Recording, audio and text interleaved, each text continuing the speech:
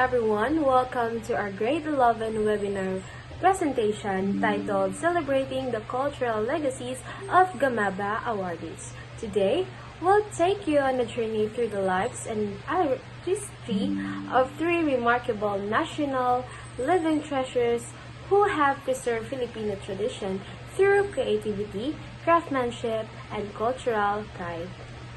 That's right! These awardees Eduardo Mutok, Haji Amina Api, and Teofilo Garcia each represent a unique art form that showcases Filipino excellence. Now, let's begin with the master metalworker from Pampanga, Eduardo Mutok. Eduardo Mutok was born on October 12, 1949 in Apalit, Pampanga. Coming from a humble farming family, he discovered metalwork as a way to earn extra income. What started as simple wood carving eventually became his mastery of pinocchio, the traditional art of silver and brass industry. Mutok's art from pinocchio or hammered metalwork combines both wood carving and metal artistry. He creates religious pieces like altars, retablos, and candle holders, as well as secular works like mirrors, furniture decorated with intricate metal design. These creations reflect the faith, patience, and creativity of Pampanga's art. He revived and preserved an old churchcraft tradition and turned it into a respected contemporary art form. As a teacher and a mentor, Mutok trained younger artisans to continue the practice of pinocchio. His work bridged the sacred and the everyday, combining artistry, devotion, and livelihood. Truly, Eduardo Mutok's life shows the hard work and dedication can turn an ordinary craft into an extraordinary. His works bridge the sacred and the everyday, combining artistry, devotion, and livelihood. Truly, Eduardo Mutok's life shows the hard work and dedication can turn an ordinary craft into an extraordinary legacy.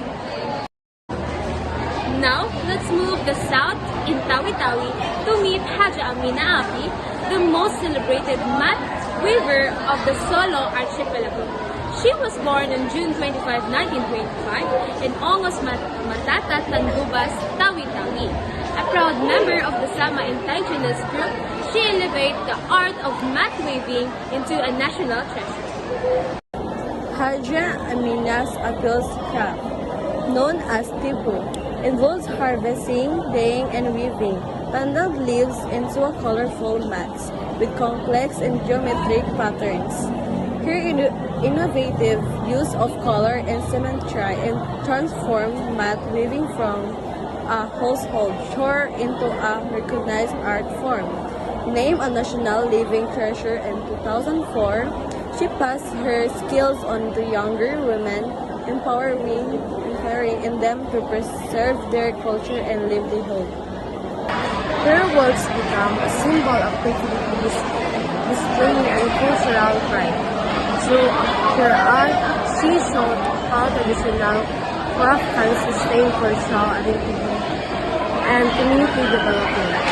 Haji Amina Api's legacy reminds us that beauty thrives when traditions meets innovation and culture is woven through patience, creativity, and heart. From the northern province of Abra, we have Teofilo Garcia, born in March 27, 1941, in San Quintin, Abra. He was both a farmer and craftsman who mastered the art of creating the tabugnaw hat, a traditional headgear made from gourd, rattan, and bamboo. His process involves growing the gourds himself, shaping and drying them into strong, weatherproof hats known as katukong. Awarded as a National Living Treasure in 2012, Teofilo Garcia taught his craft to younger generation, promoting sustainability, creativity, and cultural pride. His tabugnaw hats are admired not only for their practicality but also as symbols of Filipino ingenuity and resilience. Through his artistry, Garcia proved that culture lives in everyday life, connecting nature, tradition, and identity. Through the works of Eduardo Motok, Hajima Amina Api, and Teofilo Garcia, we are reminded that art is not just about beauty, it is all about heritage, hard work, and identity. Their dedication continues to inspire the next generation to preserve our culture, celebrate local craftsmanship, and take pride in being Filipino. Together, let's keep their legacy alive by honoring our traditions and supporting the artisans who shape our nation's soul. Mabuhay ang mga manlilikha ng bayan. Thank you, everyone!